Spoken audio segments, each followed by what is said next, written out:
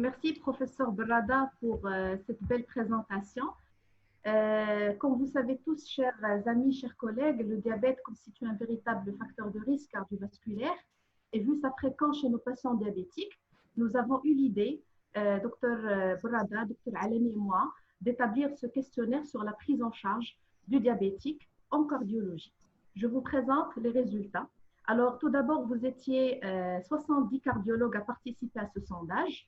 La première question était, quel est le pourcentage des patients diabétiques dans la population que vous recevez en consultation? C'était en moyenne 30 à 40% de diabétiques qui sont vus en consultation chez les cardiologues. La deuxième question était, est-ce que vous prenez en charge ces patients en prévention primaire? Dans la majorité donc, des cas, 83% des cardiologues, ils étaient pour la prise en charge en prévention primaire des patients diabétiques. La deuxième question était, quand demandez-vous un avis auprès d'un diabétologue?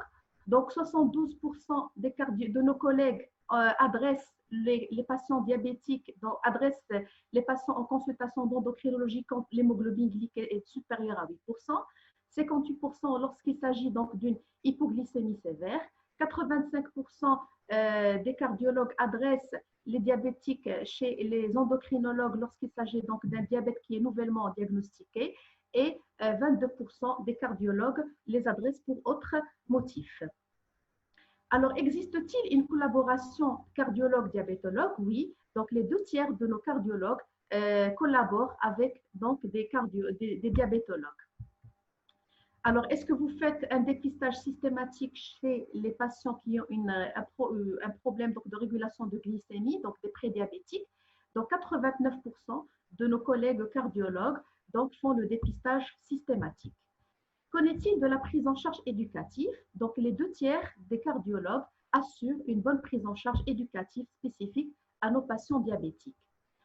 Sur le plan activité physique, 73% de cardiologues conseillent une activité physique régulière chez les patients diabétiques, comparativement à 27% qui ne le conseillent pas.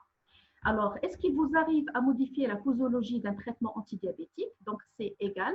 Donc, la moitié des cardiologues modifient la posologie, contrairement donc, à 50% donc, qui ne peuvent pas modifier la posologie du traitement antidiabétique et préfèrent adresser les patients chez leur endocrinologue.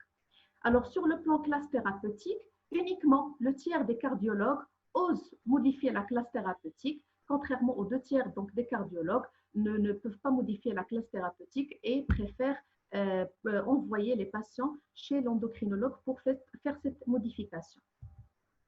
Alors, dernière question était, est-ce qu'il vous arrive à prescrire vous-même donc un appareil d'automesure? Oui, effectivement, donc 70% des cardiologues conseillent leurs patients diabétiques à acheter et avoir un appareil d'automesure donc de glycémie chez leurs patients. Donc, en conclusion, donc le questionnaire donc il était très riche. On a pu accueillir beaucoup d'informations sur la pratique donc des cardiologues vis-à-vis des patients diabétiques. Dans la majorité des cas, on est tous conscients donc de la prise en charge des diabétiques en prévention primaire, de l'intérêt de l'activité physique et de l'éducation thérapeutique chez ce type de patients et de l'importance de la collaboration cardiologue-diabétologue dans la prise en charge de ces patients. Et je vous remercie.